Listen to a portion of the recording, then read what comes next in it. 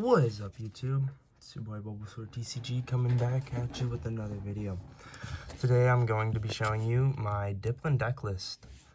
I've played this deck list twice. Once against Dialga V-Star, it came down to a single turn, and once against a Toxtricity build. It barely lost to the Dialga V-Star, and it won pretty flawlessly against that Toxtricity. I will say, before I get into it, if you're looking for a traditional Dipplin deck list, this is not for you. Okay, my deck is very weird in the sense that it is not traditional, but I'm gonna jump right into it. For Dragon type Dipplins, most have called me weird for playing the Dragon type Dipplins, but the Find a Friend attack to me is just so valuable in the beginning of the game, especially if you get stuck with an Applin in the active. I play 3 grass Dipplins with the 1 Dragon. I know most just play the 4 Dipplin and don't think about this Dipplin, but switch one of your opponent's benched Pokemon to the active spot. This attack does 70 to the new active. This kills almost any basic Pokemon in Standard right now, and it is so valuable if you can get out in the beginning of the game. It completely disrupts your opponent and pretty much screws them over for the rest of the game, depending on what you're playing against. Obviously, 4 Grookey and 4th Wacky. No Rillaboom though. I know most people will say, oh, play Rillaboom, it's a nice endgame attacker. I would rather play Blood Moon or Saluna, which is actually what I'm playing. And here's another weird thing. 1/1 line of Sunkern and Sunflora. Sunflora, for 1 grass energy, does 60 for each fire energy attached to your opponent's Pokemon. So, in case you are playing a fire deck, and you can get that Sunflora out, it's gonna be very hard for your opponent to actually beat you. Cleffa, obviously, in the beginning of the game, just to get through your deck quicker and find the cards you need to find. And then 1 copy of Blood Moon or Saluna, and for obviously the end game. It's such a valuable card end game to just go in and pretty much sweep. So that's it for the Pokemon.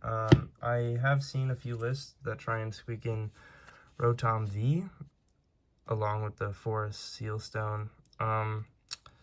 I didn't see I didn't personally think it was necessary in this list, because this list is so quick the way it is. I just didn't really see a use for it in this list, at least. Into the supporters. 2 Boss's Orders, 2 Iono, and 1 Kieran. I mean, the Boss's Orders, the Iono, are staples in pretty much any deck in Standard, so obviously you're going to see them played. The Kieran, I have yet to have to use it to switch. It is so valuable in the sense that most EXs have a little bit more than 200, which is what you'd be hitting with Dipplin. And so to do the extra 30 can kill things like Chinpao, I think Arcanine, if I'm not mistaken, and things like that. I think just for that reason, I like having Kieran in the list. I feel safer with Kieran in the list, at least.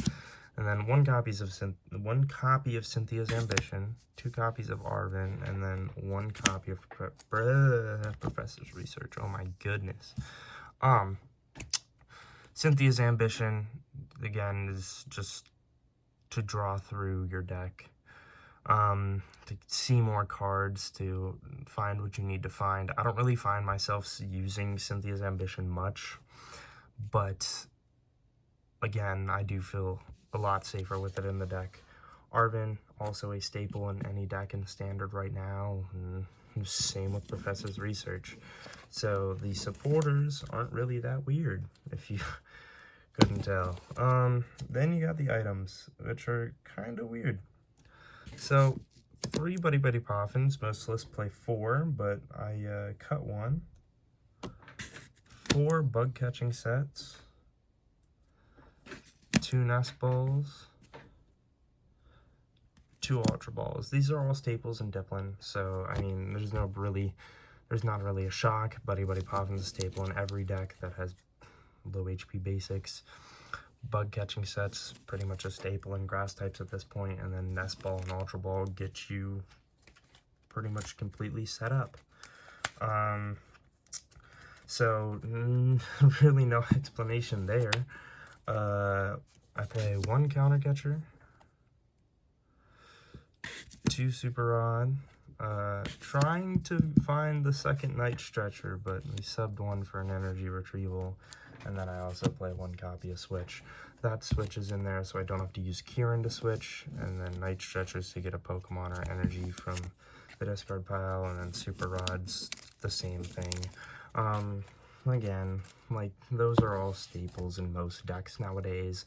It helps with Dipplin because there is not much energy played in this deck because Dipplin's a 1 energy attacker. So I feel like having a lot of cards that can get your energy out of the discard pile along with the Dipplin, since they're so low HP, is just so valuable to this deck.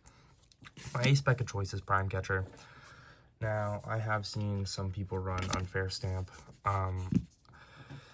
I think in this list, at least, Prime Catcher is a lot better than Unfair Stamp. I mean, Unfair Stamp lets you see more cards and disrupt your opponent, but you're already seeing enough cards with how consistent this deck is, so Unfair Stamp is just over the top for me.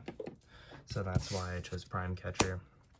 Then the only tool is Vitality Band. It's if you need to hit the 10 more damage and can't find the Kieran, you can Arvin for the Vitality Band and hit for 210. And then 4 copies of Festival Grounds. I mean, that's what makes the deck work, so obviously they're going to be there. And then for the energy, 2 Fire Energy, and 6 Grass Energy. The 2 Fire Energies being there for the Dipplin, or the Dragon-type Dipplin early game, to try and just disrupt your opponent in the beginning of the game. And then obviously you got the 6 Grass Energy for your Dipplins, but other than that, I mean, I know this list could be tweaked. This list has a lot of room for tweaking, but so far I have had a lot of fun playing this deck. It's probably one of my favorite decks to play, and it's probably one of my favorite decks that I have played. For me, it doesn't quite surpass Decidueye GX. That's my all-time favorite deck, along with Magikarp from Pokemon Go. But I think this deck does fall in the 3rd place spot. I mean, I've only played 2 matches with it, but I've also played the same deck on PTCGL, and I've had a lot of fun with it. There is a lot of matchups that are just really hard for Dipplin. For example, like any Steel-type deck is pretty bad for Dipplin, along with any Snipe deck. Since everything is so low HP, it's so easy for things like Dragapult to just disrupt your entire board, or like Frostlass is really bad. Like if you play Greninja Frostlass, since it does damage to everything with an ability, almost every Pokemon in this list has an ability. I guess not the basics, but everything you're trying to get out, your Thwackies, your Dipplins, have abilities. Then towards the end of the game, your Ursaluna also has an ability. So it's it's not a good matchup just because of that. I know, what was it? Goodness, I can't think. Charizard is a great matchup for Dipplin. It has the grass type weakness. And even if all your Dipplins get KO'd, you also got Sunflora. Arcanine isn't an ideal matchup, but with the Sunflora, if you can get it out, you win pretty easily from what I've seen. Miraidon is a 50-50 matchup. Same with United Wings.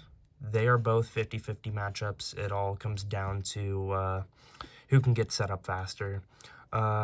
Raging Bolt is a pretty good matchup. I think I've won 3 of the 4 that I've played. And what other decks am I thinking? Oh, Chinpao. Chinpao is also, like, Chinpao's pretty difficult sometimes. You have to know what you're doing, really. If you make one wrong move against Chinpao, most Chinpao players will take advantage of that. Chinpao having 220 HP, it's pretty hard to do more than 210. Even with the Vitality Band, you're only doing 210. You're leaving the Chinpao with 2 HP, and it's just a really frustrating matchup. But if you can switch in their Baxcalibur and kill it, they will have troubles. So I mean, it's a really tough matchup for both Chinpao and Dipplin. So if you do ever come to if you ever come across a Chinpao, just know that it's going to be a pretty frustrating matchup. There's this, not many people know about this, but there's this Raticate deck that's been floating around that deals with like poison and getting your opponent down to 10 HP. It's horrible. I have yet to beat one. I think I've played it 3 times and I'm 0-3. I don't know if that's just me or if that's just Dipplin, but I can't play I can't play that deck. The Loyal 3 now is coming out, and Dipplin doesn't really seem to struggle if you can get set up.